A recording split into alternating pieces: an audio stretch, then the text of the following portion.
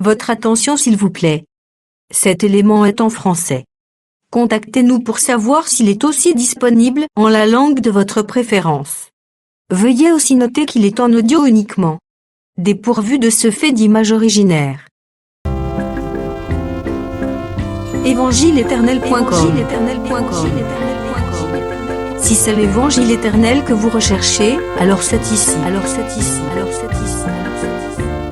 ChristEquality.com. Les cieux sont à la portée de votre main, juste par un simple clic de la souris. La rubrique Pasteur éternel. vous présente aujourd'hui l'homme de Dieu, le bien-aimé, l'apôtre Blanchard Ingela, ministre de l'Évangile éternel. Recherchez-vous les enseignements de l'apôtre Blanchard Ingela? Allez sur ChristEquality.com ou sur evangileeternel.com/blancharengela.html.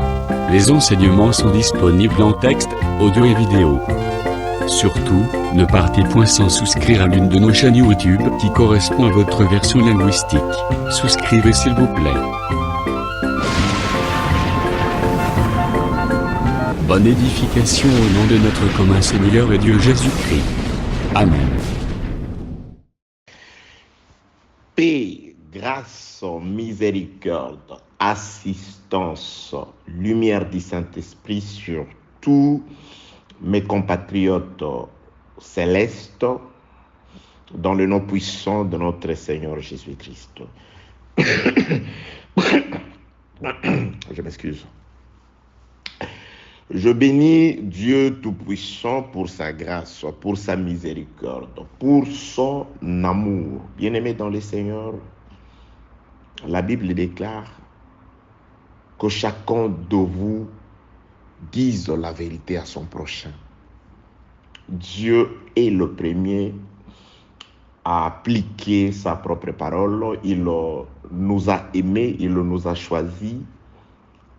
Et ce qu'il a mis à notre disposition, c'est la vérité. La vérité comme étant la pensée de Dieu exprimée par la parole, elle affranchit, selon que la sémence de vie, Jésus-Christ l'a déclaré. Il a dit, vous connaîtrez la vérité et la vérité vous rendra libre. Donc il n'y a pas de liberté sans la connaissance de la vérité, bien-aimés dans le Seigneur. Dieu vous a disposé pour recevoir la liberté à partir de la vérité. Et il poursuit, il dit, si le Fils vous affranchit, vous serez réellement libre. Que la paix, la grâce et la miséricorde de Dieu soient avec vous. L'épée des fils d'Amon pour l'expiation de Bath-sheba, audio numéro 5. Ça fait depuis beaucoup de temps que nous avons commencé à nous exhorter à travers la parole de Dieu dans ces thèmes. Ça, c'est la deuxième partie de cette exhortation, de cet enseignement dans lequel nous sommes en train d'ergoter tout autour de Bath-sheba. La première partie, c'était qui sauva Bath-sheba de la mort. Et la seconde partie s'intitule l'épée des fils d'Amon pour l'expiation de Bath-sheba. Donc il s'agit toujours de Bath-sheba, apparemment. Mais en réalité, c'est de Jésus-Christ qu'il s'agit dans le rouleau du livre. Donc nous parlons de Jésus-Christ à travers ces différentes apparitions dans l'Ancienne Alliance. Prenons sans plus tarder les Saintes Écritures. Je suis dans le second livre de Samuel, chapitre 12e. Je peux commencer au 13e verset. Nous allons faire une longue lecture. 2 Samuel, chapitre 12, je commence au 13e verset. David dit à Nathan, j'ai péché contre l'Éternel. Et Nathan dit à David, l'Éternel pardonne ton péché. Tu ne mourras point. Oh, Nathan, je commence déjà l'explication. Comment ne doit-il pas mourir? Deutéronome 22, 22, nous allons lire ça aujourd'hui, dit que lorsque un homme couche avec une femme mariée, les deux mourront. Mais Nathan, toi, tu viens dire qu'il ne mourra pas, tu veux contredire les Écritures. Non, bien-aimé dans les Seigneurs. Dieu, bien au contraire, est celui qui affirme sa parole et qui confirme sa parole. Donc, aucune écriture ne sera contredite. C'est la vérité qui est exprimée à travers ces paroles apparemment contradictoires. Mais il y a la pensée salvatrice de votre Dieu à travers cette parole. Que la paix, la grâce, la miséricorde, l'assistance et la lumière du Saint-Esprit soient avec vous dans le nom puissant de notre Seigneur Jésus-Christ. Dès Samuel chapitre 12, le verset 13e, David dit à Nathan, je péchais contre l'Éternel. Et Nathan dit à David, l'Éternel pardonne ton péché. Tu ne mourras point. Mais quelqu'un d'autre doit mourir. Que la paix de Dieu soit avec vous. Je récapitule ce que nous avons dit dans le 4 précédent audio avant de poursuivre dans la lecture. Nous avons dit ceci. Bathsheba a été mariée à son vrai mari Uri, un étranger, quelqu'un d'une terre lointaine. À l'absence de ces derniers, c'est-à-dire de son mari, elle va recevoir la semence d'un autre que son vrai mari. Cette histoire, ce n'est pas Bathsheba qui l'a commencé. Bathsheba n'était que le reflet de quelque chose qui avait déjà été lié. Dieu avait sa femme, sa première et sa vraie femme, c'était la terre, une portion de terre appelée Adam, car Adam est une portion de terre retirée de la terre.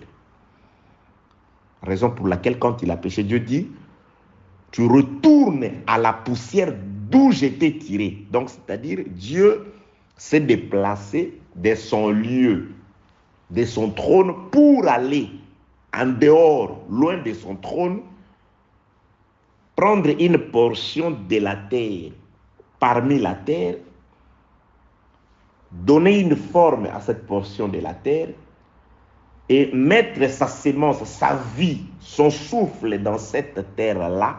C'est ainsi que cette terre, appelée Adam, devint une âme vivante.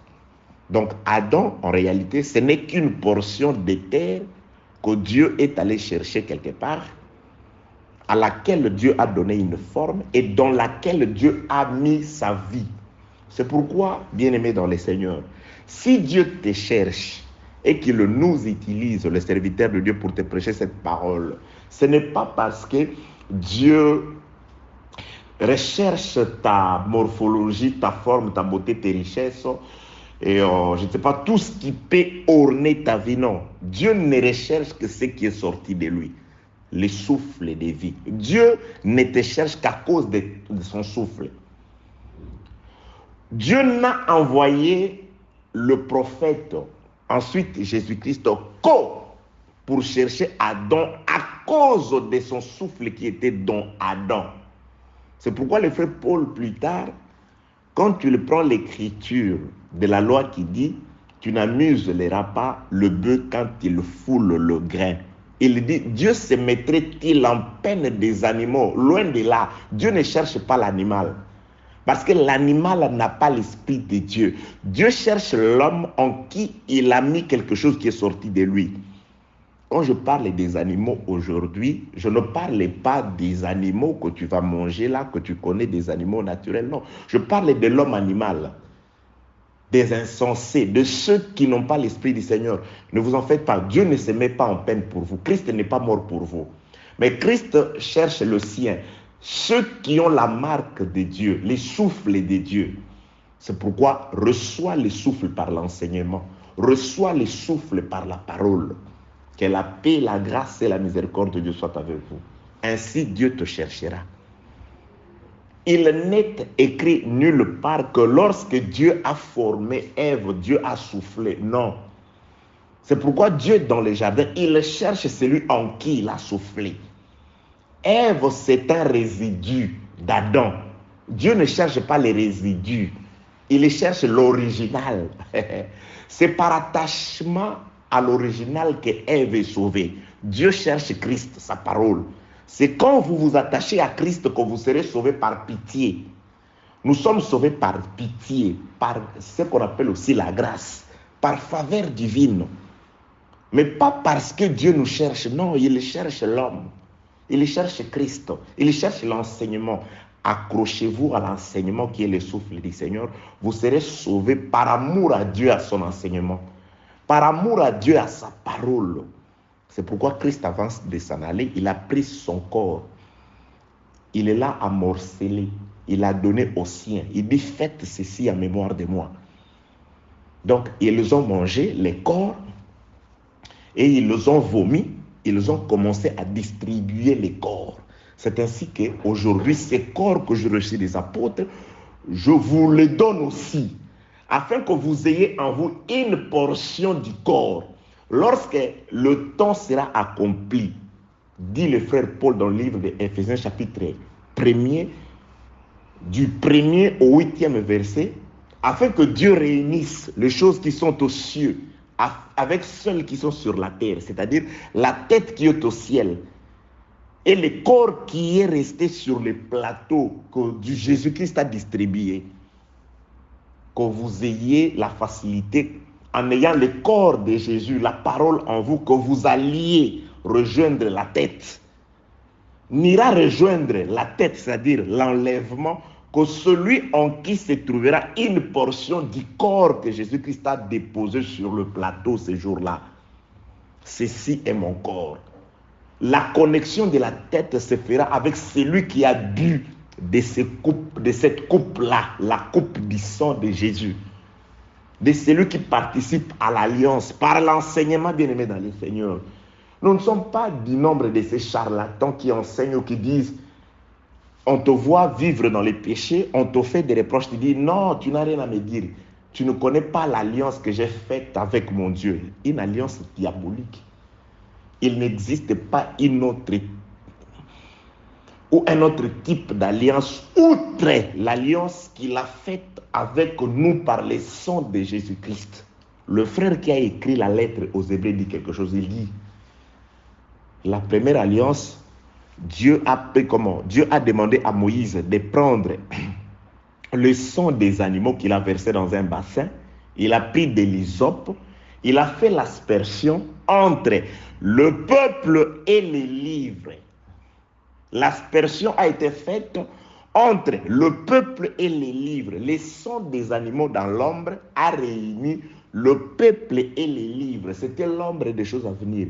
Aujourd'hui, le sang de Jésus, l'alliance, n'est faite qu'entre nous, le peuple, et le livre, pas Blanchard.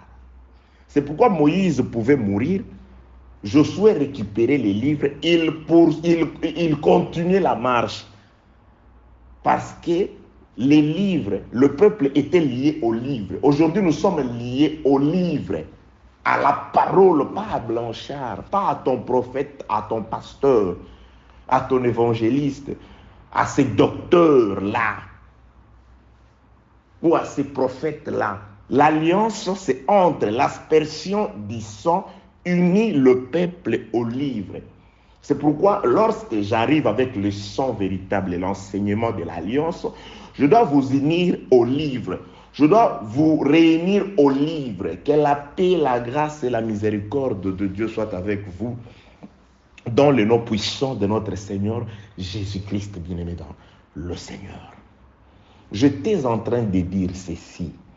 Bathsheba, l'épouse de David, plutôt de Uri, à l'absence de son époux légal, elle a reçu une autre sémence. Elle est devenue un champ à 2 sémences. Or, il était interdit dans la loi, Deutéronome chapitre 8e, ou Deutéronome plutôt chapitre 22, là où on dit aussi que l'homme ne mettra pas les habits de la femme et la femme ne mettra pas l'habillement d'un homme. C'est une suite logique, vous descendrez. Aujourd'hui, lorsque une sœur porte une chemise d'homme, elle n'a pas péché. C'est dans la loi, elle n'a pas péché. Dans la nouvelle alliance, tout se résume dans ce que le frère Paul dit à Timothée, dans la pudeur, la modestie. La pudeur, les sœurs doivent s'habiller avec pudeur. J'ai dit, quels que soient les vêtements, les critères, ce n'est pas comment le vêtement est cousu, mais les critères, c'est la pudeur, la modestie et la décence. Mettez-vous en pagne, mettez-vous en jupe, mettez-vous en pantalon. Mais l'essentiel est que cela respecte la pudeur. Si le pantalon ne respecte pas la pudeur dans une femme, elle ne peut pas la porter. Si une femme s'habille en robe, mais c'est une robe sans pudeur, elle ne la porte pas. Si une femme se met en pagne, elle la serre d'une manière sans pudeur, elle a péché. Dieu ne se soucie pas de couture pour commencer à faire des débats inutiles dans l'église. Voilà, au commencement, au XVIIe siècle, les pantalons c'était pour l'homme, c'était pour la femme. Dieu ne parle ni des pantalons, ni des robes, ni de ces choses-là, mais de la pudeur, de la modestie et de la décence dans la manière de s'habiller. Ne dites pas ce que Dieu n'a pas dit. Bien-aimé dans le Seigneur, oh, il a permis. Je te permets de t'habiller avec pudeur, modestie et décence. Je ne diabolise pas, je ne commence pas dans les histoires. Vous trouvez des personnes qui se disent pasteur, apôtre, docteur, évangéliste en train de pouvoir se battre. Non, les pantalons, prenons les dictionnaires. En 1900, je ne sais pas combien, quand on l'a cousu, on l'a conçu, c'était pour les femmes, c'était pour les hommes. En Écosse, on s'habille en jupe. Les problèmes de la femme, écoutez ce que Dieu dit. C'est la pudeur, c'est la décence et la modestie. Une femme qui s'habille en chemise de l'homme, elle n'a pas péché. Aujourd'hui, il y a même des habits mixtes, des t-shirts. Il y a une jaquette, ma jaquette, quand il fait froid, mon épouse, il peut la porter, il n'y a pas de souci, il n'y a aucun péché. À la seule condition que l'habillement respecte la pudeur, la décence et la modestie. C'est ainsi que doivent s'habiller les servantes du Seigneur, nos sœurs, les enfants de Dieu. Respectons la pudeur, respectons la décence, respectons la modestie. Ce n'est pas une question de couture, c'est une question de comment est l'habit dans le corps. Dessine-t-il le forme du corps? Laisse-t-il cet habit-là, certaines parties sensibles du corps, dehors? Entre guillemets, ce qu'on appelle aujourd'hui sexy, c'est ce que Dieu n'aime pas. Que ce soit un pantalon, une jupe, une robe, je ne sais pas. Mais lorsqu'elle est ou cet habit est sans pudeur, entre guillemets sexy, la sœur qui la porte commet un péché. Que la paix, la grâce ou la miséricorde de Dieu soit avec vous.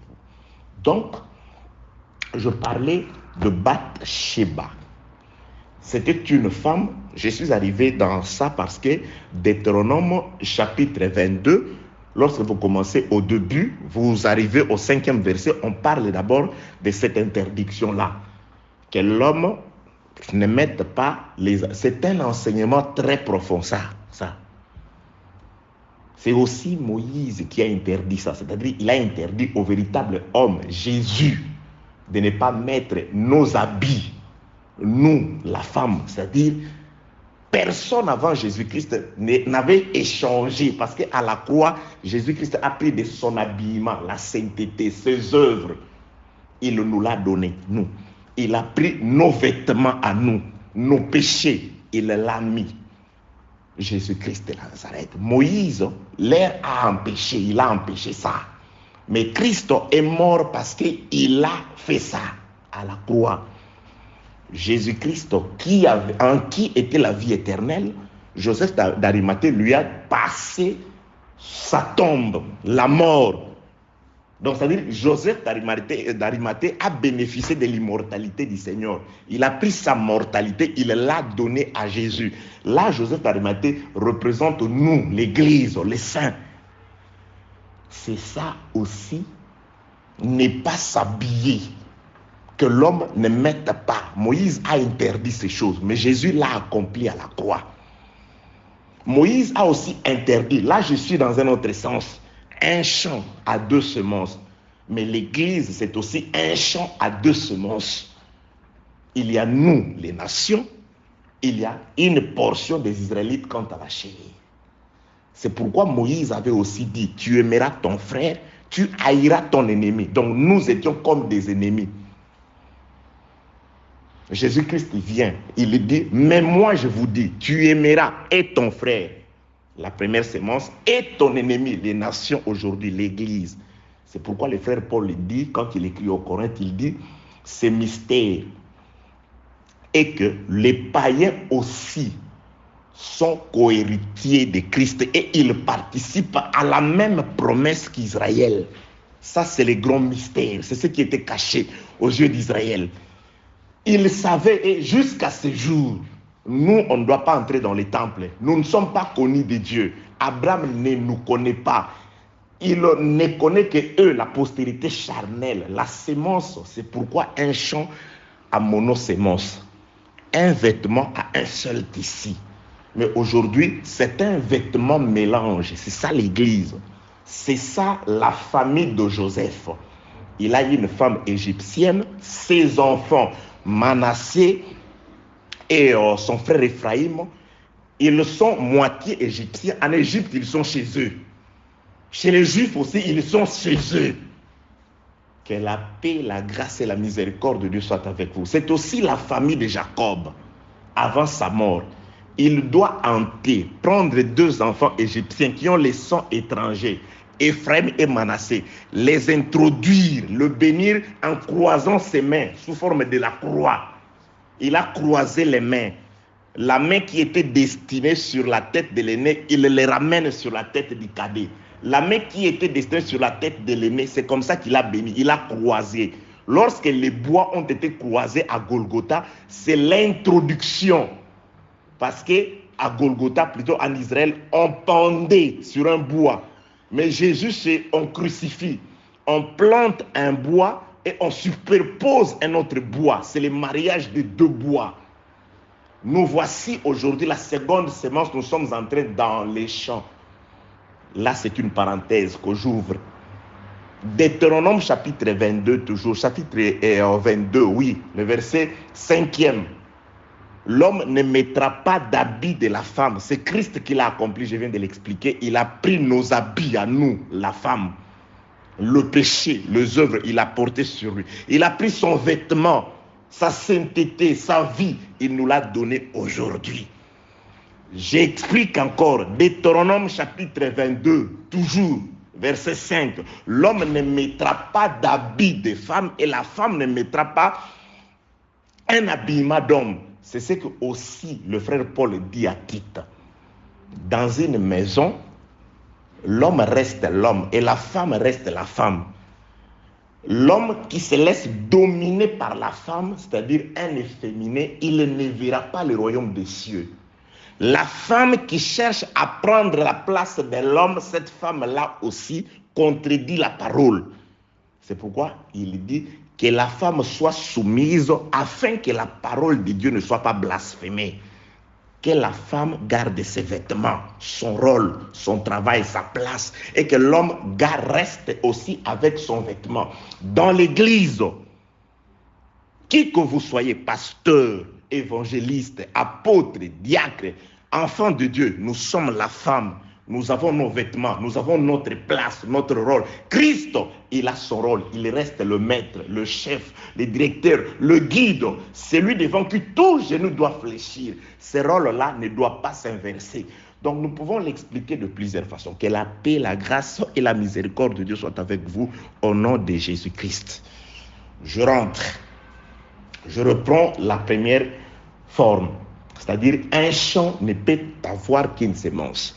L'Église ne peut avoir que l'enseignement de Christ. Donc Bathsheba ne pouvait recevoir que la sémence de son vrai mari, le seul d'ailleurs qui était Bathsheba, plutôt Uri. À l'absence d'Uri, lorsque Bathsheba reçoit la seconde sémence, je crois que je ne suis pas en train de vous embrouiller. Je vous ai expliqué dans plusieurs façons afin que personne ne vous embrouille. Afin que vous ayez la définition dans tous les sens.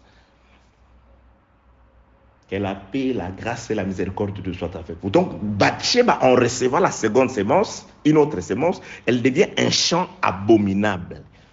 Donc, on doit brûler ces champs-là. Bathsheba, je disais qu'elle n'était que le reflet d'Adam. Adam, la première femme de Dieu, comme la terre, que Dieu est allé chercher.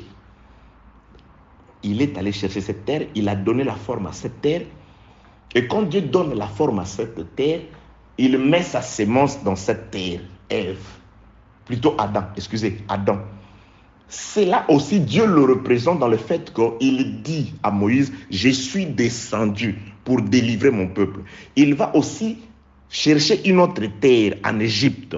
En Égypte, il n'y avait pas qu'Israël. Il y avait plusieurs nations qui étaient là, plusieurs peuples qui étaient là. Mais Dieu, dans sa mission, dans la commission qu'il donne à Moïse, il dit, je ne t'envoie que vers mon peuple d'Israël, vers mon premier-né. Donc Israël était la portion de la terre que Dieu a retirée de la poussière, de la captivité. Arrivé au désert, il a donné la forme et il a mis sa sémence qui était la loi. Au pied de la montagne de Sinaï, Dieu souffla dans la terre qui était Israël. Israël reçoit la forme. Israël, par la loi, il devient le peuple de Dieu. Il comprend, ah voilà, ça je dois faire, ça je ne dois pas faire. Ça je dois dire, ça je ne dois pas dire. Comment je dois m'habiller? Il reçoit la sémence. C'est pourquoi chaque fois que Israël recevait une autre sémence, une autre parole, allait adorer un autre Dieu, Dieu se fâchait. Il le renvoyait en captivité en Égypte, sous forme de Babylone, sous forme d'Assyrie. C'était ça, que la paix, la grâce et la miséricorde de Dieu soient avec vous. C'est pourquoi nous parlons de Bathsheba, nous parlons aussi de l'humanité sous forme d'Adam, la terre que Dieu est allé chercher. Donc Adam, c'est la femme de Dieu. Dieu, c'est le premier, le véritable et le seul vrai mari d'Adam, de la terre, qui a mis de sa sémence. Lorsque Adam pêche, donc Adam doit mourir, mais Dieu par amour à sa femme, il ne veut pas perdre sa femme. Quelqu'un doit mourir. Là, je réponds à un ami qui m'a posé la question, qui a posé une question, il dit, c'est le diable qui a causé tout le cataclysme qu'il y a, le péché, la mort et consort. Mais pourquoi à la croix, Dieu, au lieu de tuer les diables, il va tuer son fils? Je réponds aussi. Donc, lorsque Adam pêche, Dieu doit épargner Adam comme sa femme par amour à Adam. Mais il cherche un substitut, quelqu'un qui doit remplacer Adam. Dieu dit, bon, qui peut mourir à la place de la femme? C'est son mari, parce que c'est le mari qui doit se sacrifier à la place de la femme. Alors Dieu, dans la recherche du mari d'Adam, Dieu se retrouve que c'est lui le mari d'Adam. Donc c'est lui qui doit mourir pour sauver, préserver Adam. Or, Dieu est esprit. Un esprit ne meurt pas. Donc Dieu doit faire ce qu'on appelle le plus grand miracle. Il doit mourir. Mais pour mourir, Dieu doit s'associer avec la faiblesse. C'est pourquoi Jésus-Christ dit, la chair est faible. L'esprit est bien disposé. Donc, dans la chair doit habiter toute la plénitude de la divinité. Tout ça, l'objectif, c'est que le vrai et premier mari d'Adam, qui était Dieu, doit mourir. Il doit donner sa vie. Or, si Dieu reste esprit élevé, il ne peut mourir. Donc, si Dieu ne meurt pas, c'est Adam qui doit mourir. Pour qu'Adam ne meure pas, Dieu doit mourir. C'est pourquoi Dieu doit s'associer à la faiblesse. Il vient dans un corps. Le frère Paul dit, en lui, c'est-à-dire dans ce corps de la faiblesse, a habité la plénitude de la divinité. Donc à la croix, Dieu meurt quant à la chair. Il détruit la chair, on constate, il est mort. Donc quand la chair meurt, c'est par cela, c'est par la mort de la chair. Dieu, dans le corps de la faiblesse, appelé Jésus, quand il meurt, c'était le premier mari, c'était celui qui avait ramassé Adam. C'était celui qui avait soufflé dans Adam qui était mort. C'est pourquoi Jésus-Christ, pour confirmer qu'il est celui qui avait ramassé, donné la forme et soufflé dans Adam, avant de s'en aller, il va prendre ses disciples et il va souffler sur les disciples. Toi, pasteur qui souffle sur les gens, tu ne comprends pas. C'est le Seigneur qui montre que c'est celui qui avait soufflé et donné la vie, la domination et le pouvoir à Adam par le souffle. C'est le même qui est là aujourd'hui. C'est pourquoi le souffle de Dieu a donné aux disciples non seulement la véritable vie éternelle, mais aussi le souffle du Saint-Esprit dans les apôtres leur a redonné le pouvoir, l'autorité, le pouvoir, toutes les capacités qu'ils avaient perdues dans le premier Adam. Donc Jésus-Christ, par cet acte de souffler dans les apôtres, il a parlé, il a montré la récréation, la création, la nouvelle création. Dieu avait créé et cette création a été déchue dans le péché. Et je vous recrée aujourd'hui. J'emploie la même méthode. Je vous souffle. Il a soufflé sur les 11 et il leur dit, allez-y faire de toutes les nations mes disciples. Transmettez les souffles. Ils ont transmis, le souffle m'est arrivé. Aujourd'hui, je souffle par l'enseignement. Et quand tu reçois de ces souffles, tu deviens une âme vivante, une nouvelle créature. Que la paix, la grâce et la miséricorde de Dieu soient avec vous.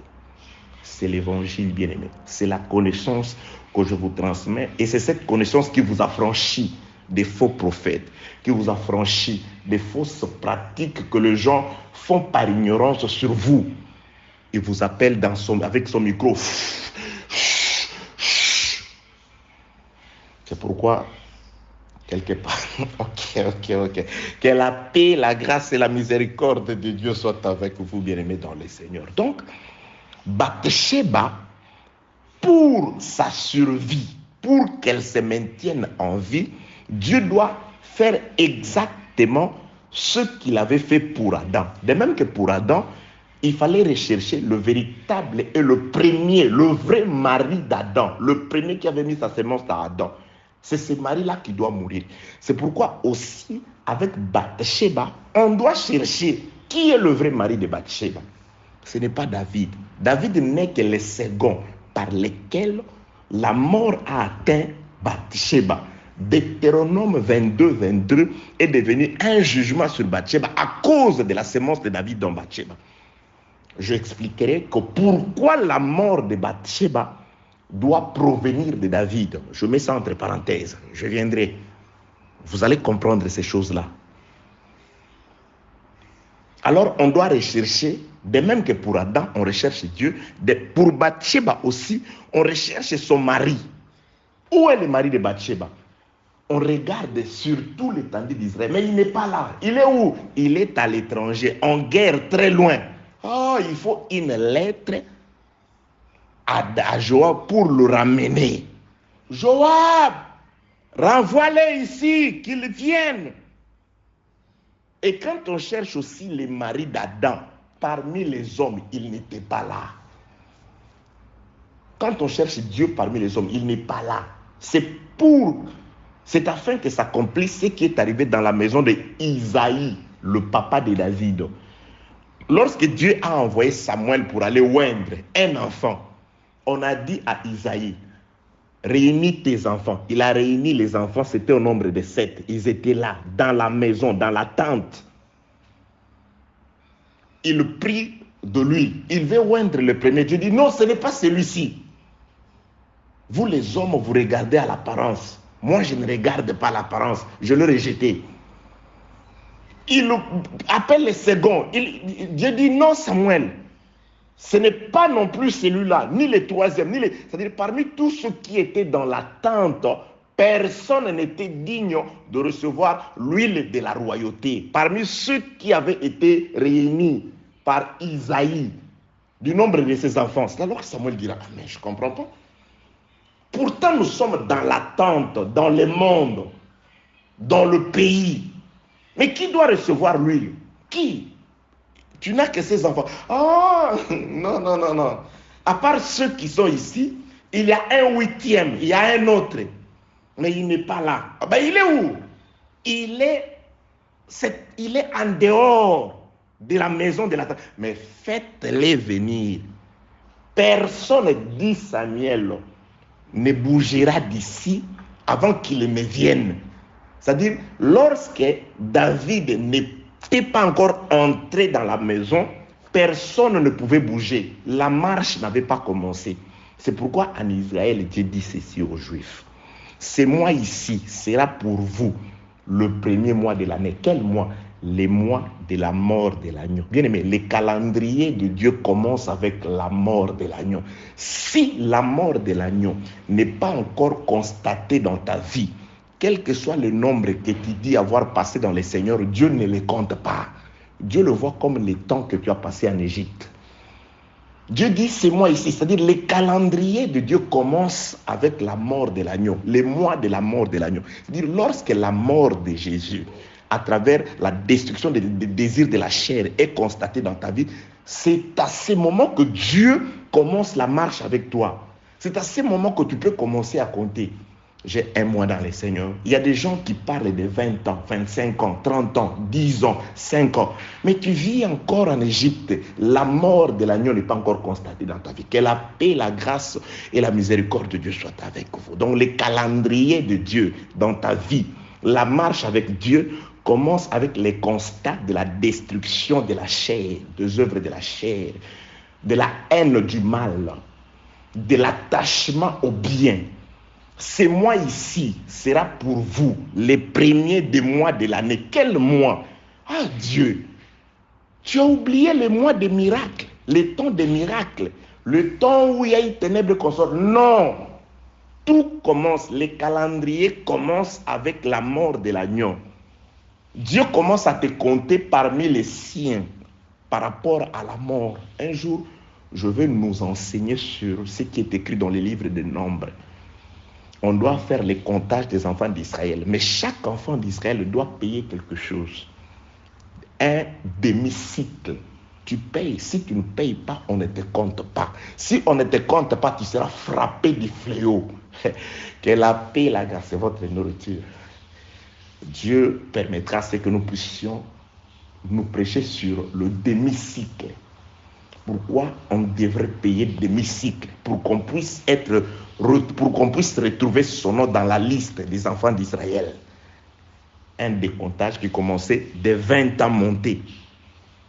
Tu payes. Si tu n'as pas l'argent, on ne te compte pas. Il faut payer quand on fait les comptages, les décomptages, quand Dieu veut connaître les nombres de ses enfants. C'est-à-dire, il peut juste regarder l'argent dans la caisse. Il compte le nombre d'argent et dit, ah voilà, par rapport au nombre de cet argent, Dieu comprend, connaît le nombre de son peuple. Parce que chacun d'entre celui dont le nom se trouve dans la liste a payé la moitié d'un cycle d'argent. Un cycle du sanctuaire bien précis. Que la paix, la grâce et la miséricorde de Dieu soient avec vous. Dieu a renfermé la sagesse dans la parole. Alléluia, il est merveilleux. Ok, bien-aimé dans les Seigneurs, j'étais en train de dire sur celui qu'on devait oindre dans la maison d'Isaïe comme roi d'Israël. Il n'était pas dans la tente. On devait aller le chercher dehors. Et quand on recherche aussi celui qui doit mourir pour sauver Bathsheba, le mari de Bathsheba, on ne le retrouve pas dans la cité où était. Il est où? Il est là-bas dans les champs de bataille. Faites-les venir. C'est de cette façon qu'on a aussi fait venir David. Parmi tous ceux qui sont dans la tente, Dieu n'a choisi personne. Parmi tout le mari qui était en Israël, Dieu n'a choisi personne pour mourir afin que sa mort sanctifie, préserve Bathsheba de la mort. Lorsqu'on cherche le mari d'Adam aussi, la terre, Dieu regarde, il n'y a personne ici qui peut sauver Adam. Mais il est où? Il est où? Ah, il doit venir d'une terre lointaine comme la bonne nouvelle afin de pouvoir rafraîchir la personne qui est fatiguée par le péché. Rafraîchir Bathsheba. Cette bonne nouvelle du salut de Bathsheba doit venir d'une terre lointaine. C'est pourquoi Uri se présente aussi comme un étranger, pas comme un Israélite, un étranger. L'étranger marié qui laisse sa femme, mais qui retourne uniquement pour sauver sa femme. Je parlerai de ça en détail. Le salut de Bathsheba par Uri se passe de deux façons. Premièrement, on propose qu'il lui donne la sémence, il refuse. Oh là là, il dit non, je ne donne pas la sémence. Et quand il refuse de donner la sémence à Bathsheba, on dit tu dois mourir. Parce qu'il y a un précédent. Il y a un homme qu'on appelle Onan. On lui a demandé par Dieu de donner la sémence. Comme toi, Iri. On lui a demandé à Onan. Judas, le quatrième fils d'Israël, avait pris une femme pour son fils Er, son premier-né. Il était méchant. Dieu l'a tué. Selon la loi, le frère qui venait après Er doit prendre cette femme afin de susciter une postérité qui serait à Er au défunt. Cet enfant s'appelait Onan. Onan dit non. Moi, si je mets ma sémence en cette femme et que cette femme devient enceinte et qu'il enfante, cet enfant-là, il ne sera pas le mien. Il sera lié au défunt, à mon frère qui est mort. Non. La Bible déclare, Onan allait vers Tamar. Cette femme-là s'appelait Tamar. Onan allait vers Tamar, c'est-à-dire tous les secousses, il les faisait. Il se joignait à Tamar. Le plaisir, il le donnait à Tamar. Mais la sémence, Onan refusa de la donner à Tamar. Il préféra la donner à la terre. Onan refuse de mettre sa sémence dans Tamar. On dit Onan doit mourir. L'Éternel dit tu as Onan. Pourquoi? Il a refusé de mettre la sémence. Il meurt. Onan préfère parler en parabole quand il vient, Onan, les seconds, parce que Moïse, le premier, dit Dieu vous suscitera d'entre vos frères un prophète comme moi, vous l'écouterez. Et ce prophète, c'était Jésus. Quand Jésus dit, viens, au lieu de parler comme Moïse avait dit, lui, il leur parle en parabole. On lui demande, mais pourquoi tu leur parles en parabole? Il dit, mais je suis Onan. Je fais des miracles, c'est-à-dire Onan donne le plaisir à Tamar. Jésus a fait des miracles. Jésus les a guéris. Jésus-Christ les a donnés à manger. Ça, c'est Onan qui va vers Tamar. Il s'unit, il donne tous les plaisirs. Mais la sémence, Onan dit, non, parabole, il enveloppe. Mais pourquoi tu leur parles en parabole? Ben oui, je leur parle en parabole, afin qu'ils ne comprennent pas et qu'ils ne se convertissent pas, pour que je ne les sauve pas. On dit, Jésus, tu dois mourir. Vous voyez, Jésus meurt. Et Uri aussi, lorsqu'on le fait venir, pour qu'il mette la sémence dans Tamar, pour envelopper Tamar, il dit non. Il préfère dormir hors de la tente. Uri refuse, il dit non. Je viendrai dans les détails. C'est votre nourriture, soyez calme. Que Dieu vous bénisse au nom de Jésus-Christ. Merci encore pour vous qui avez prié pour nous. qui continue à nous envoyer des messages, des bénédictions, des fortifications. Je sais que vous nous aimez, je vous aime aussi. Nous prenons de ces temps par amour à vous. Bien sûr, c'est une nécessité qui nous est imposée par le Seigneur de pouvoir vous enseigner la parole, tellement qu'il y a des répondants. Nous les faisons, oui, vous nous appelez de partout, que Dieu vous bénisse. Vous manifestez de partout. Personnellement, je ne m'attendais pas à cet engouement-là. Je ne pensais pas que ces audios pouvaient aussi faire le travail qu'il est en train de faire. Que Dieu vous bénisse. Que Dieu continue à stimuler cet amour de la parole en vous. Que la puissance du Saint-Esprit qui accompagne Dieu dans les merveilleuses promesses de Dieu puisse s'accomplir sur vous au nom de Jésus-Christ. Que toutes les promesses glorieuses de Dieu qui renferment la parole s'accomplissent dans votre vie au nom de Jésus-Christ. Que ceux qui sont malades soient guéris au nom de Jésus-Christ. Que ceux qui ont des problèmes puissent voir la solution, la résolution dans leur vie au nom de Jésus-Christ. À part l'évangile, il n'y a plus de salut. Il n'y a le salut que dans le nom de Jésus. Or, son nom, c'est la parole. Et cette parole, c'est celle que je vous annonce. Bien-aimés dans le Seigneur. Que la paix, la grâce et la miséricorde de Dieu soient avec vous. Merci Dieu de vouloir nous faire passer du temps merveilleux devant vous. Vous voyez, bien-aimés dans le Seigneur. Donc, on fait venir David du dehors. On fait venir Uri, parce que lui, il vient en tant que le premier, le vrai et l'unique mari. Parce que c'est l'homme qui a la solution pour le péché, pour le problème de la femme. C'est notre mari qui avait le problème, plutôt la solution à ces problèmes que nous avions, à la fatigue que nous avions. La bonne nouvelle doit venir d'une terre lointaine. Où était notre mari? Parce que nous étions fatigués par le péché. La Bible déclare dans le livre des Proverbes, comme de l'eau fraîche pour une personne fatiguée, ainsi est une bonne nouvelle venue d'une terre lointaine. Il doit quitter l'étranger pour revenir, s'occuper de nous, pour regarder notre cas, pour nous redonner la vie, afin que nous parlions comme le frère Paul dans les Actes des Apôtres. C'est en lui que nous avons la vie, l'être et le mouvement. C'est trois choses. C'est grâce à Dieu que tu as la vie que tu as l'être qu'Ozala, et tu fais ces mouvements-là. Que la paix, la grâce et la miséricorde de Dieu soient avec vous.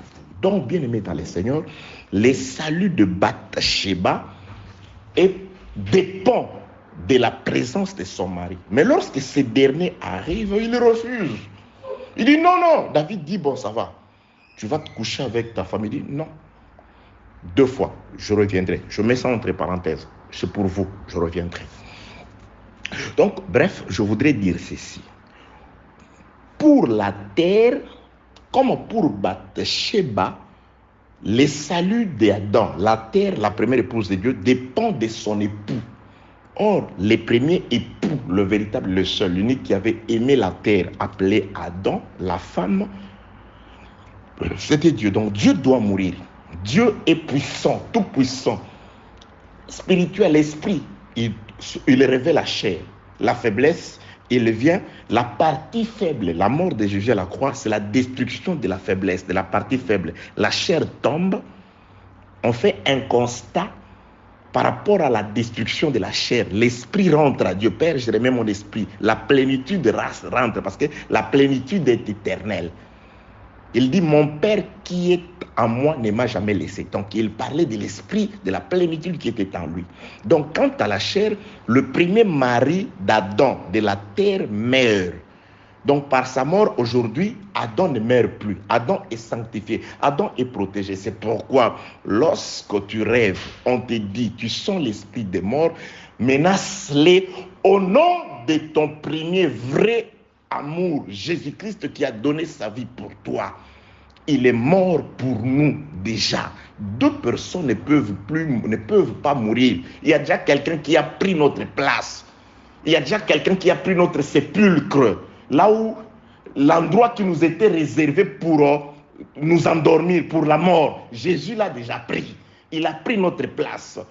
Le frère Paul écrit à Timothée, il dit, Jésus-Christ a détruit la mort. Il a mis la vie et l'immortalité en évidence par l'évangile.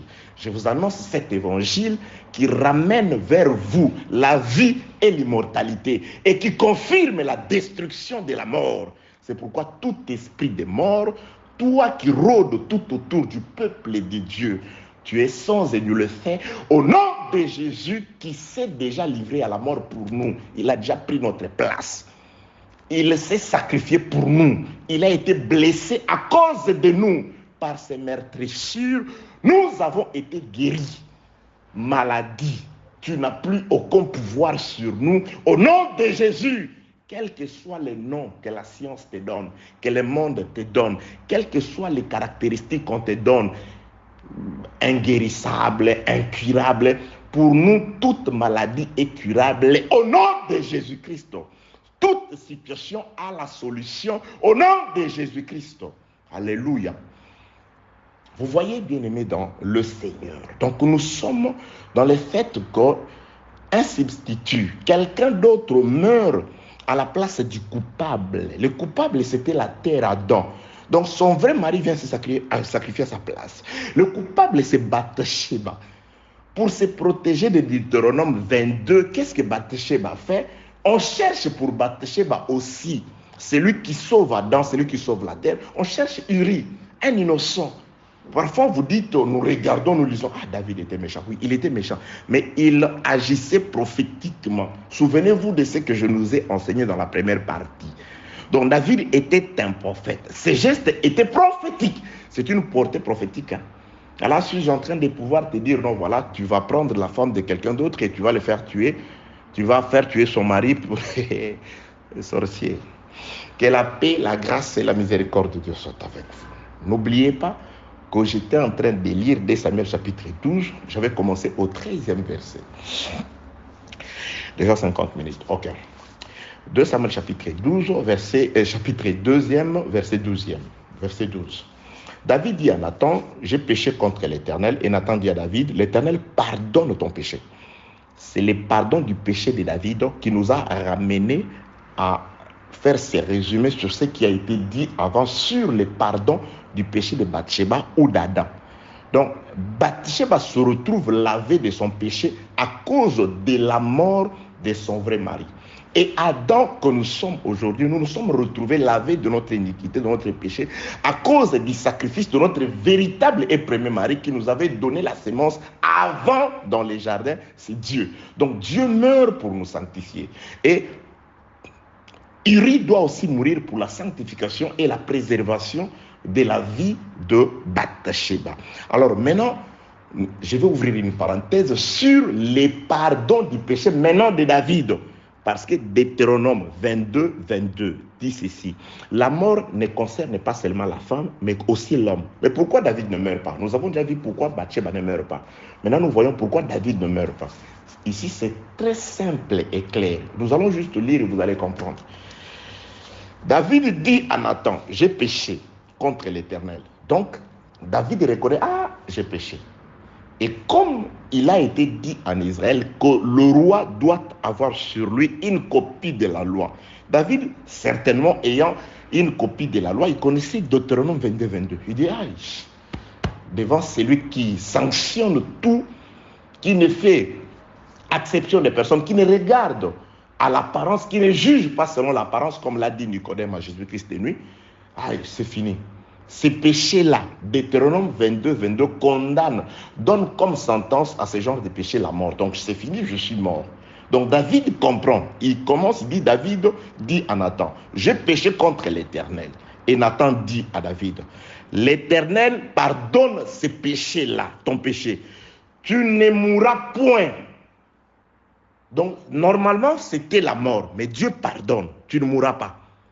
Donc David qui a péché, c'est pourquoi des psaumes, David dit, il y a un psaume où il chante, il dit, Éternel est Dieu, je te bénis parce que c'était la mort qui m'était réservée, mais tu m'as sauvé de la mort.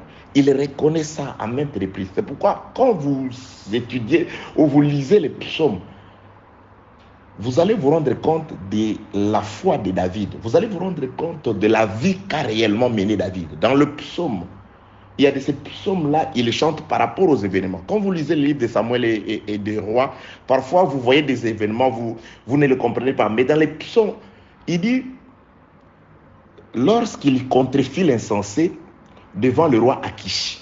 C'est-à-dire, dans le récit de Samuel, on explique tout simplement que David était devant le roi Akish et le roi Akish voulait il voulait se saisir de lui et le remettre à Saoul et le mettre à mort. Il demanda à l'Éternel, est-ce qu'il va me livrer? Oui, il va te livrer. Que dois-je faire?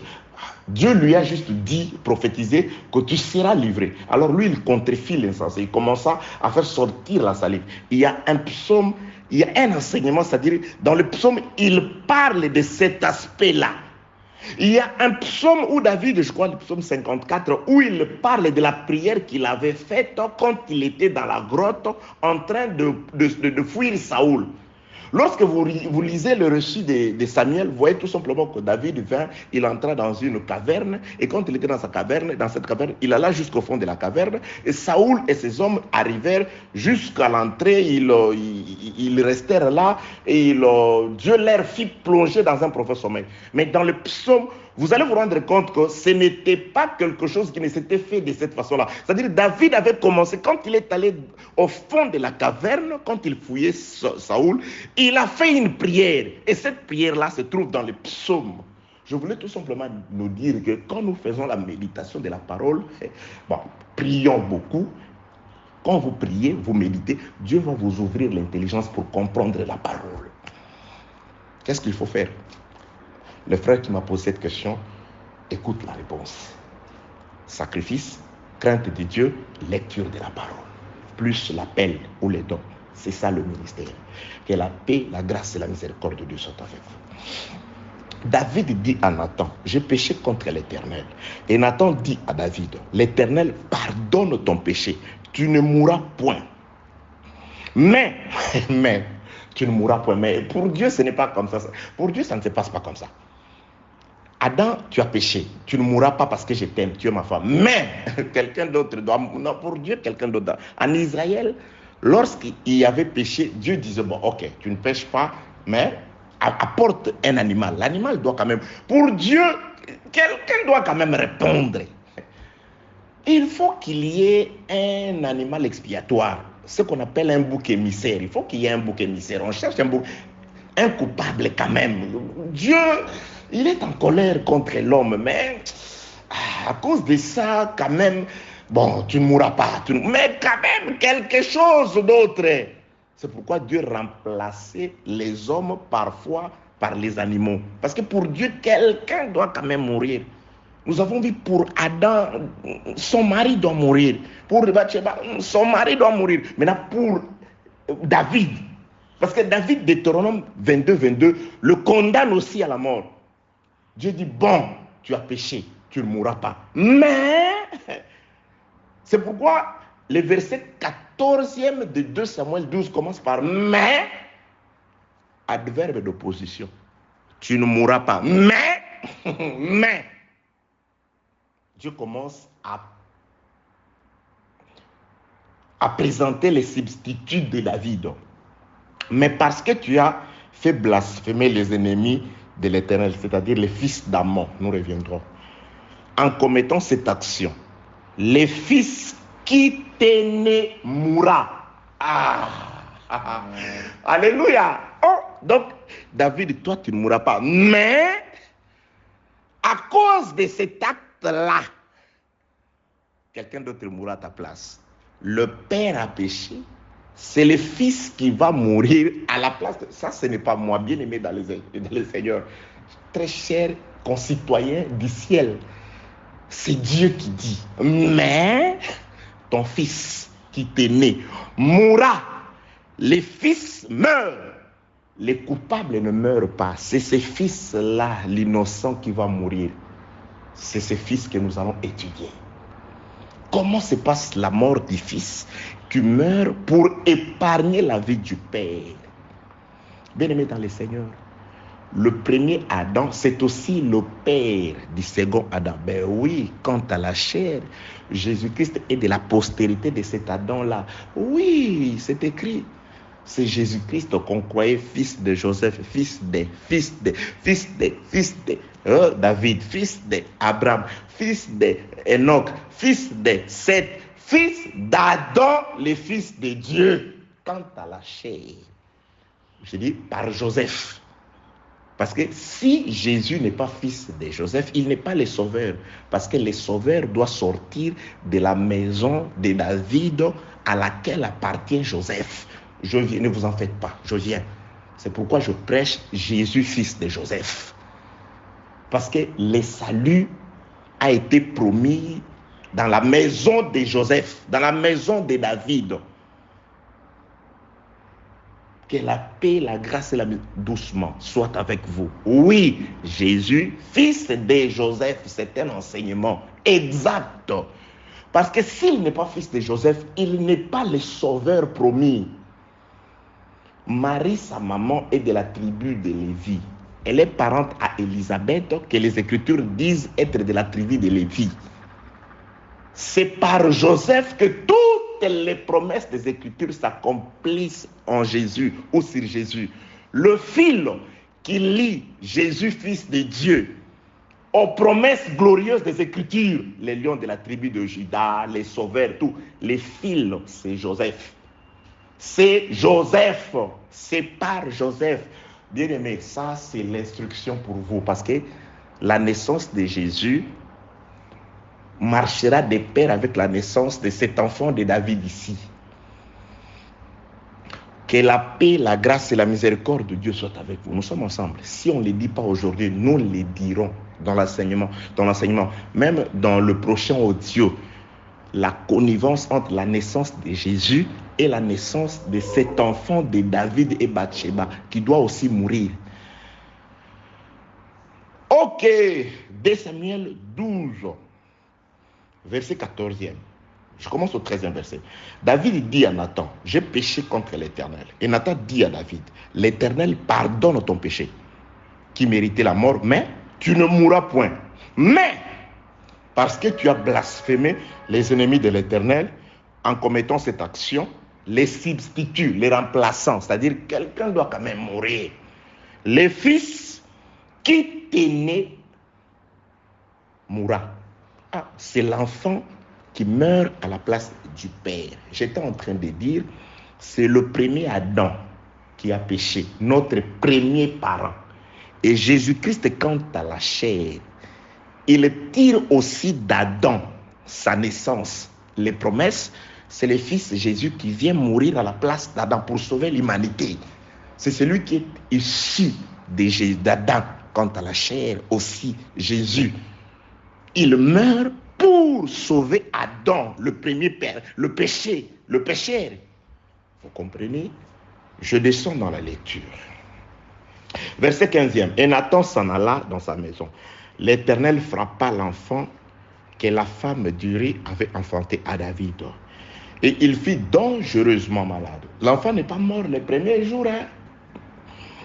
David pria Dieu pour l'enfant et jeûna. Suivez très bien. Verset 16e. David pria Dieu pour l'enfant et jeûna. Et quand il rentra, il passa la nuit couché par terre. Retenez ceci. Pendant la période de la maladie de l'enfant, pour qui Dieu avait prophétisé la mort. C'est-à-dire cet enfant-là, Dieu a dit il doit mourir. La mort de cet enfant, c'est pour le salut, c'est pour expier le péché du père, le péché de David.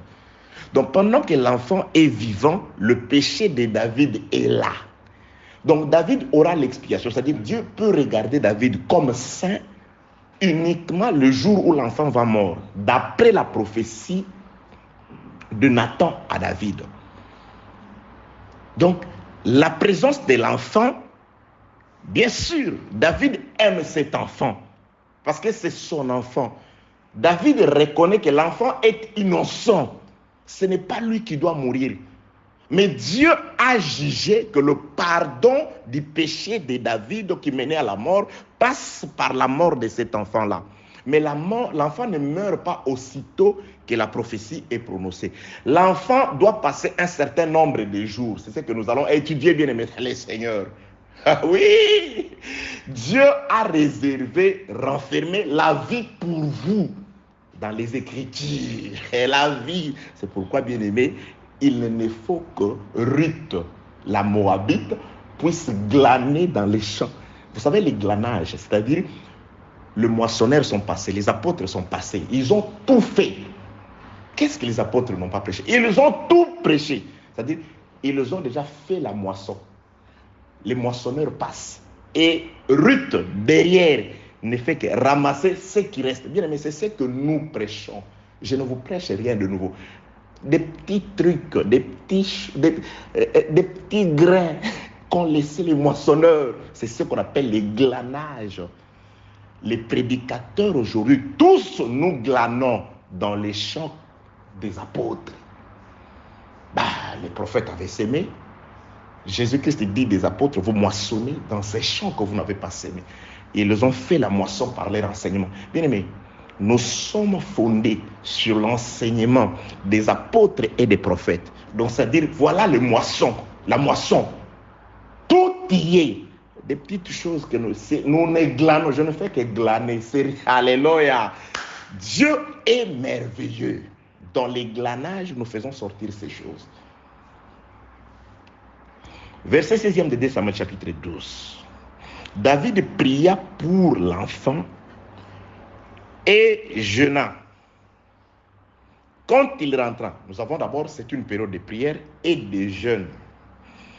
Et quand il rentra, il passa la nuit couché par terre. Nous avons le jeûne, nous avons l'abandon du lit, la descente par terre. David laisse les lits, il descend, il se couche par terre. À quel moment? Pendant la période de la maladie de cet enfant dont la mort servira pour son expiation. Là, nous sommes dans l'expiation de David qui doit aussi mourir d'après Deutéronome 22, 22. David pria, verset 16, pour l'enfant et jeûna. Et quand il rentra, il passa la nuit couché par terre. Les anciens de sa maison, vous les anciens, insistèrent auprès de lui pour les faire lever. Ils ne savent pas que David est en train d'accomplir une prophétie merveilleuse que l'Église va comprendre aujourd'hui, ou dans cet enseignement. Les anciens de la maison insistèrent auprès de lui pour le faire lever de terre. David, lève-toi de terre. David dit, comment pourrais-je me lever de la terre pendant que l'enfant est encore vivant et malade? Quand l'enfant est vivant et malade dans ton église, tu es par terre. La raison pour laquelle tu ne te lèves pas, même ton ministère ne se lève pas, tes affaires ne se lèvent pas. Ta santé, c'est parce que dans ta vie, l'enfant est encore malade. L'enfant est encore malade. Nous allons comprendre ça. Verset 17, 2 Samuel 12, 17.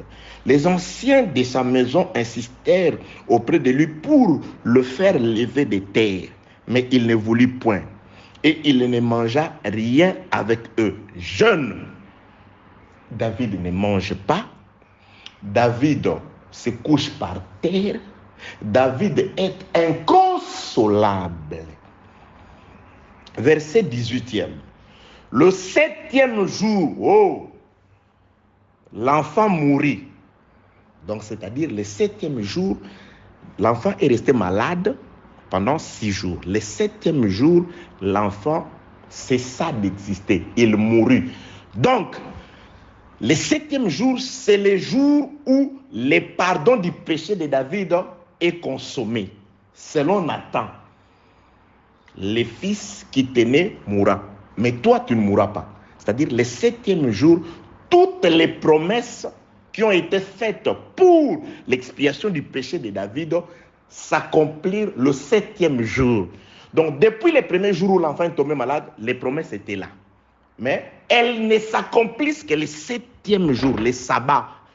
Les sabbats, c'est la présence des cadavres. Les cadavres qui sanctifient. Le frère qui écrit la lettre aux Hébreux dit, aujourd'hui nous sommes sanctifiés par l'offrande du corps de Jésus. Donc l'offrande du corps, c'est le 7e jour. Et regardez maintenant ce qui se passe le 7e jour. Les anciens de sa maison, verset 17, insistèrent auprès de lui pour le faire lever des terres, mais il ne voulut point. Il ne mangea rien avec eux. Le 7e jour, l'enfant mourut. Les serviteurs de David craignaient de lui annoncer. Lorsque j'entrerai dans les détails, même les mouvements des serviteurs, les serviteurs de David craignaient de lui annoncer que l'enfant était mort. Car il disait, voici lorsque l'enfant vivait encore, nous lui avons parlé et il ne nous a pas écoutés. C'est-à-dire quand on a parlé pendant la vie de l'enfant, dont la mort seule devait expier le péché de David, pendant la période où l'enfant est vivant et malade, c'est la période de l'incrédulité. David n'écoute pas. Lorsque les serviteurs, les prophètes ont parlé, depuis la maladie de l'enfant, c'est-à-dire le péché d'Adam dans les jardins, jusqu'à la mort d'Adam dans le corps de Jésus à la croix, pendant cette période-là, nous étions par terre. Adam était par terre. Adam jeûnait, c'est-à-dire il n'y avait pas à manger, il n'y avait pas la nourriture. Et quand les serviteurs parlaient, on n'écoutait pas. C'est pourquoi on dit, nous lui parlions pendant cette période, il n'écoutait pas bien, mais c'était la période de l'incrédulité. C'était la période où personne n'écoutait. Pourquoi? Parce que l'enfant qui sanctifie était là, mais malade. Adam était là, mais malade. Alléluia. Verset 18. Le 7e jour, l'enfant mourut. Les serviteurs de David craignaient de lui annoncer que l'enfant était mort. Car il disait, voici lorsque l'enfant vivait encore, nous lui avons parlé, il ne nous a pas écoutés. Comment oserons-nous lui dire, l'enfant est mort, il s'affligera bien davantage. Verset 19. David aperçut. J'aime David parce qu'il comprend les signes et les mouvements des serviteurs. David, il a compris les signes et les mouvements des serviteurs. Il regarde dans les Écritures. C'est pourquoi Ésaïe écrit, dit, mais voici, moi et les enfants que tu m'as donnés, nous sommes des signes et des présages pour les enfants d'Israël. Bien aimé, les signes de serviteurs, il faut les saisir. On comprend les temps, on comprend ce qui se passe à travers les mouvements. David regarde les signes, les mouvements. David a fait ceci. Non. On a demandé à Isaïe de marcher nu. Non. Les signes donnent les temps. Alléluia. Dieu est merveilleux. Verset 18e. Le 7e jour, l'enfant mourut. Verset 19e. David aperçut que ses serviteurs parlaient tout bas entre eux. Il comprit que l'enfant était mort. Il dit à ses serviteurs, l'enfant est-il mort? Il répondit, il est mort. Écoutez les avantages de la mort de cet enfant qui a été malade pendant 6 jours. 7e jour, il meurt. 6 jours pendant que l'enfant est malade, David, il couche par terre, un homme de la terre. Il ne mange pas. Il ne se lave pas. Il a des habits sales. C'est écrit. La période de la saleté, la période où on couchait par terre, la période où il n'y avait rien à manger, la période de la disette, la période des vaches maigres. Alléluia. Des épis brûlés. Verset 19. David aperçut que ses serviteurs parlaient tout bas entre eux. Il comprit que l'enfant était mort. Il dit à ses serviteurs, l'enfant est-il mort? Il répondit, il est mort. Alors David commence la prophétie. Alléluia. Verset 20. Alors David se leva de terre. Bien aimé, la mort de Jésus-Christ nous a relevés de la terre. C'est pourquoi j'ai toujours parlé des avantages de la mort de l'agneau. Le peuple qui a été dominé ces jours-là, il s'est levé de la terre pour être le dominateur. Les maisons dans lesquelles il y avait le pleur avant la mort de l'agneau, c'était les maisons dans lesquelles il y avait fête cette nuit-là. Là où il y avait fête avant la mort de l'agneau, c'est dans ces maisons-là qu'il y avait de pleurs. Bien aimés, nous sommes glorieux dans la joie à cause de la mort de Jésus-Christ à la croix. La peur doit changer de camp. Les cris de douleur doivent changer de camp au nom de Jésus-Christ. Alléluia. Bien-aimés dans le Seigneur, je vous l'ai dit, par le Saint-Esprit au nom de Jésus-Christ, la peur doit changer de camp. La douleur doit changer de camp. La maladie doit changer de camp. La servitude, la captivité, l'esclavage doit changer de camp. Au nom de Jésus-Christ, ils étaient habillés en vêtements de pèlerins, de voyageurs avec des bâtons, des chaussures et des reins sains. Ils mangeaient, ils festoyaient, ils chantaient. Pendant que dans les maisons de ceux qui étaient à l'aise, pendant qu'eux souffraient, les gens plairaient. Bien-aimé, le plaire, ce n'est pas dans ta vie au nom de Jésus.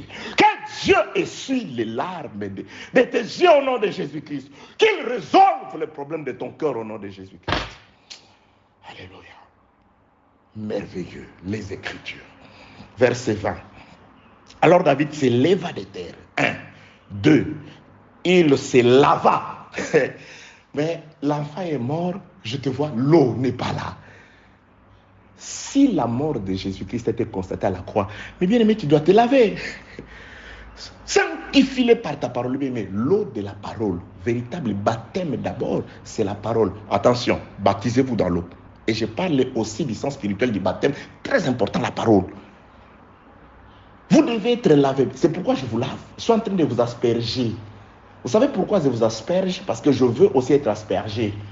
La promesse dit dans le livre des Proverbes, celui qui arrose sera arrosé. Dieu, je partage le bleu. C'est pourquoi je dois vivre dans l'abondance. J'arrose et arrose-moi. J'enseigne, enseigne-moi. Je partage aussi tout ce que tu as avec moi, Dieu de paix. Voilà ma prière pour moi. Ça, c'est pour moi. J'ai pris pour vous, là, j'ai pris pour moi. Parce que David, le 7e jour, le cadavre du fils est là. Mais David fait ce que les serviteurs ne comprenaient pas. La présence du cadavre relève David de la terre. La présence du cadavre assainit David. David se lave. L'eau de la parole, bien-aimé. Il soignait. Il soignait de l'huile. Hein? Il s'est mis de l'huile. Mais cette parole sans puissance, sans Saint-Esprit, non. La présence du cadavre. Là où il y a les cadavres, c'est là où s'assemblent les aigles. Et dans les rassemblements des aigles, la parole abonde. Et cette parole est accompagnée de l'huile, de la puissance du Saint-Esprit. Et le soigner, tout ça à cause de la mort du Fils. Jésus-Christ meurt. La parole doit, bien aimé, pleuvoir en abondance. Excuse. Alors David se leva de terre, il se lava, il soignait, il changea de vêtements. Puis il alla dans la maison de l'Éternel. Les portes de la maison de l'Éternel s'ouvrirent. La mort de Jésus-Christ a ouvert le porte du tabernacle céleste. Bien aimé, aujourd'hui, nous sommes entrés pour adorer, c'est-à-dire David va adorer, c'est-à-dire l'accomplissement des paroles de Jésus à la femme samaritaine, les adorateurs que le Père demande. Le Père a envoyé son Fils venir former, rechercher les adorateurs. Ces adorateurs-là qui adorent en esprit et en vérité. Bien aimé, le culte d'adoration n'est valable que là où il y a la présence des cadavres, la parole en abondance, le Saint-Esprit. David se lève, il change les vêtements, il se lave, il se oignit d'huile, il change de vêtements. Il entre dans l'adoration. L'adoration commence. C'est pourquoi toi qui vas adorer là où il n'y a pas la parole, mais qu'est-ce que tu fais? Tu n'es que l'unique Éthiopien. Il revenait de l'adoration, mais avec l'écriture, il ne comprend pas. On lui dit, comprends-tu ce que tu lis? Ben, comment pourrais-je comprendre s'il n'y a personne pour m'enseigner, pour m'expliquer? Mais toi, tu viens d'adorer. C'est lui que tu étais censé adorer à Jérusalem. Mais c'est de lui qu'il s'agit dans l'écriture.